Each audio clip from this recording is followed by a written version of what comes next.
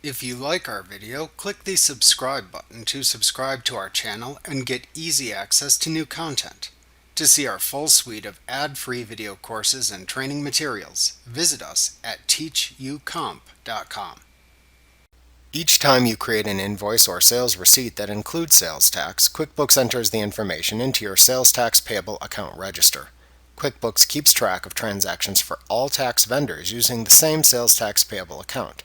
You can open the sales tax payable register to inspect the entries by opening the chart of accounts list and then double-clicking the sales tax payable account within the list. Each entry in the sales tax payable register represents a single tax transaction.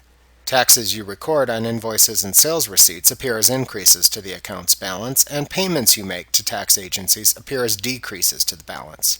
The ending balance of the register is the current tax liability. Some transactions within this register may have the same invoice number shown.